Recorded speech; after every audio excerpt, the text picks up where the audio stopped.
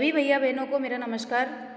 विद्या भारती द्वारा संचालित Google classroom में आपका अभिनंदन। आज हम अध्ययन करेंगे कक्षा 6 की पाठ्य पुस्तक हिंदी का बसंत भाग 1 के पाठ 1 वह है चिड़िया जो। इस कविता के कवि है केदारनाथ अग्रवाल। इस पुस्तक में गद्य और पद्य दोनों ही विधाओं का सम्मिश्रण है। विधा का मतलब होता है तरीका। गद्य के अंतर्गत आती है कहानी, चुटकुले, रेखा चित्र, संस्मरण आदि, और पद्य में आते हैं कविता, कुंडलियाँ, दोहे। इस प्रकार की जो रचना होती है वो पद्य के अंतर्गत आती है। तो आज हम जो पढ़ेंगे वो पद्य की रचना है वह चिड़िया जो। इसके लेखक है केदारनाथ अग्रवाल। इस कविता के माध्यम से कवि ने अपने अंदर की कल्पित चिड़िया का वर्णन करते हुए अपने संतोषी स्वभाव का वर्णन किया है। कविता पढ़ने से पहले इसकी शब्दार्थ देखते हैं। किसी भी पाठ को पढ़ने से पहले उसके कठिन शब्दों को जरूर देख लेना चाहिए ताकि पाठ ठीक से समझ में आ सके। तो शब्दार्थ देखिए। जुंडी, ज्वार या बाजरे के कच्चे दाने। रुचि, इच्छा। अन्न, अनाज। कंठ, गला। खातिर, के लिए। विजन, सुनसान। टटोल कर, ढूंढ कर। गर्वीली, गर्व करने वाली। उड़ेल कर, बिखेर कर। संतोषी, संतोष से। ये हुए इस कविता के शब्दार्थ। अब आइए इसका भावार्थ देखते हैं।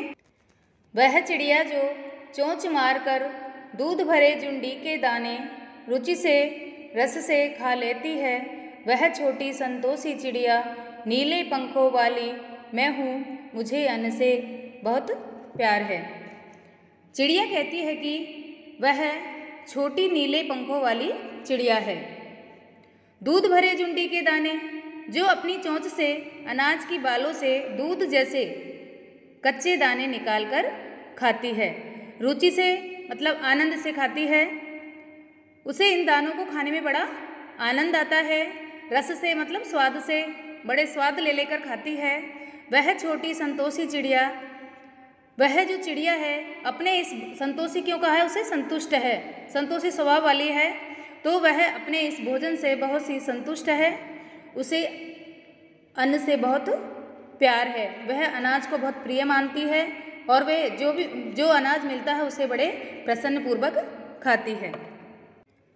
वह चिड़िया जो कंठ खोलकर बूढ़े वन बाबा की खातिर रस उड़ेल कर गा लेती है, वह छोटी मुँह बोली चिड़िया नीले पंखों वाली मैं हूँ, मुझे बीजन से बहुत प्यार है। चिड़िया कहती है कि वह छोटी नीले पंखों वाली चिड़िया है। बूढ़े वन बाबा की खातिर, जो बूढ़े यहाँ वन बाबा मतलब जंगल को कहा है, बूढ़े वन बाबा को प्रसन्न करने के लिए मुक्त कंठ से मधुर बोली में गाती है। वह छोटी मुँह वाली चिड़िया नीले पंखों वाली मैं हूँ, मुझे विजन से बहुत प्यार है। वह जंगल दादा की मुँह बोली बेटी के समान है। उसे जंगल से बहुत प्यार है, अर्थात जंगल में रहना उसे बहुत अच्छा लगता है, ऐसा इन पद्यांशों में बताया है। वह चिड़िया जो चोंच मारकर चढ़ी नदी का देल टटोल कर जल का मोती ले जाती है, वह छोटी गर्वीली चिड़िया नीले पंखों वाली मैं हूँ, मुझे नदी से बहुत प्यार है। चिड़िया कहती है कि मैं ही वह छोटी नीले पंखों वाली चिड़िया हूँ जो उफनती नदी के पानी में चोंच डालकर मोती जैसी बूंद ले जाती हूँ, अर्थात नदी का स्वच्छ जल पीती हूँ। मुझे अपने जीवन पर तथा प्राकृतिक परिवेश पर बहुत गर्व है। चिड़िया कहती है कि मुझे अपने जीवन और इस प्राकृतिक परिवेश पर मुझे बहुत गर्व है। मैं नीले पंखों वाली मैं हूँ, मुझे नदी से बहुत प्यार है। मुझे प्यास बुझाने वाली अपनी इस नदी से बहुत प्यार है। इस कविता के माध्यम से कवि ने कहा है कि जंगल में एक नीले पंखों वाली छोटी चिड़िया रहती है। वह भूख लगने पर अन्न की बालों में से दूध जैसे कच्चे दाने निकालकर खा लेती है। इन दानों को वह बड़ी रुचि और स्वाद ले लेकर खाती है। वह संतोषी स्वभाव की चिड़िया है, यानी वह दाने खाकर ही संतोष कर लेती है। उसे अन्न से बहुत प्यार है, क्योंकि वह उसकी भूख मिटाते हैं। चिड़िया उस पुराने जंगल को अपने बूढ़े दादा जैसे मानती है। उसे प्रसन्न करने के लिए वह खुले कंठ से मधुर स्वर में गीत गाया करती है और पूरे जंगल में गीत गाती फिरती है। उसे अपने जंगल से भी बड़ा स्नेह है, बहुत प्यार है। चिड़िया प्यास लगने पर नदी के किनारे जाती है। जब वह पानी में अपनी चोंच डुबोती है तो ऐसा लगता है कि वे नदी के दिल की बात पता कर रही हो। वह अपनी चोंच में मोती जैसी जल की बूंद ले आती है। उसे नदी से बहुत प्यार है। छोटी चिड़िया गर्वपूर्वक जीवन बिताती है। उसे गर्वीली मतलब गर्वपूर्वक अपना जीवन व्यतीत करती है। तो ये हुई अपनी कविता। अब इसके प्रश्नोत्तर देखिए। प्रश्न 1 देखिए, कविता पढ़कर तुम्हारे मन में चिड़िया का जो चित्र उभरता है उस चित्र को कागज पर बनाओ। तो देखिए, अब तुमने जो ये कविता पढ़ी है पूरी, उस कविता को पढ़कर हमारे मन में क्या क्या चित्र उभरता है, पहले तो उसकी कल्पना करेंगे। जैसे चिड़िया का आकार कैसा है, वह चिड़िया कैसे रंग वाली है, उसका रंग कैसा है, उसका आकार कैसा है, इस प्रकार का चित्र हमारे दिमाग में उभर रहा है। तो जैसा चित्र हमारे दिमाग में चल रहा है उसी प्रकार का हम चित्र बनाएंगे।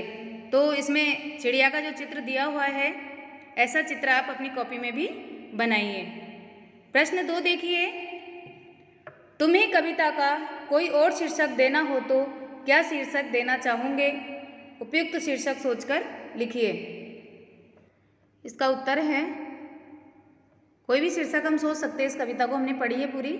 संतोषी चिड़िया, गर्वीली चिड़िया, नीले पंखों वाली चिड़िया, छोटी सी चिड़िया, कोई भी हम शीर्षक दे सकते हैं।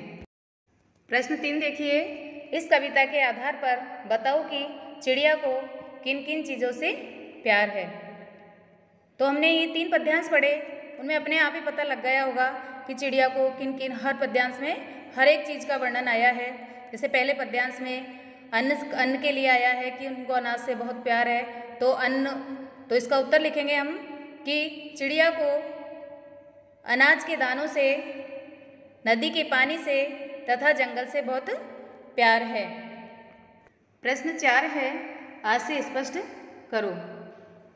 आशय का मतलब होता है जो लाइन दे रखी है उसका पूरी का एक्सप्लेन करना है। तो पहला इसका क्या है, रस उड़ेल कर गा लेती है। कवि के कहने का आशय है कि वह छोटी चिड़िया जंगल में जोर जोर से गाती है। वह अपने गले को खोलकर बहुत मधुर आवाज़ में गाती है। ऐसा लगता है जैसे वह अपने गीत में बहुत रस घोलकर गा रही है, बड़े मधुर आवाज़ में गा रही है। वह ये गीत बूढ़े बन बाबा के लिए गाती है क्योंकि उसे जंगल से बहुत प्यार है। चौथे प्रश्न का ये ख वाला देखिए, चढ़ी नदी का दिल टटोल कर जल का मोती ले जाती है।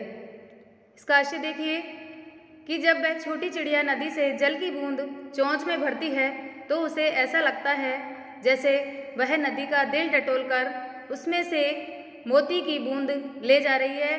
छोटी चिड़िया बहुत स्वाभिमानी है और वह नदी से बहुत प्यार करती है। तो ये वो हमारा पूरा पाठ, कविता का सार हो गया, शब्दार्थ हो गए, प्रश्नोत्तर हो गए। इन सभी को अपनी गृह कार्य की कॉपी में सुलेख में करिए। जय हिंद।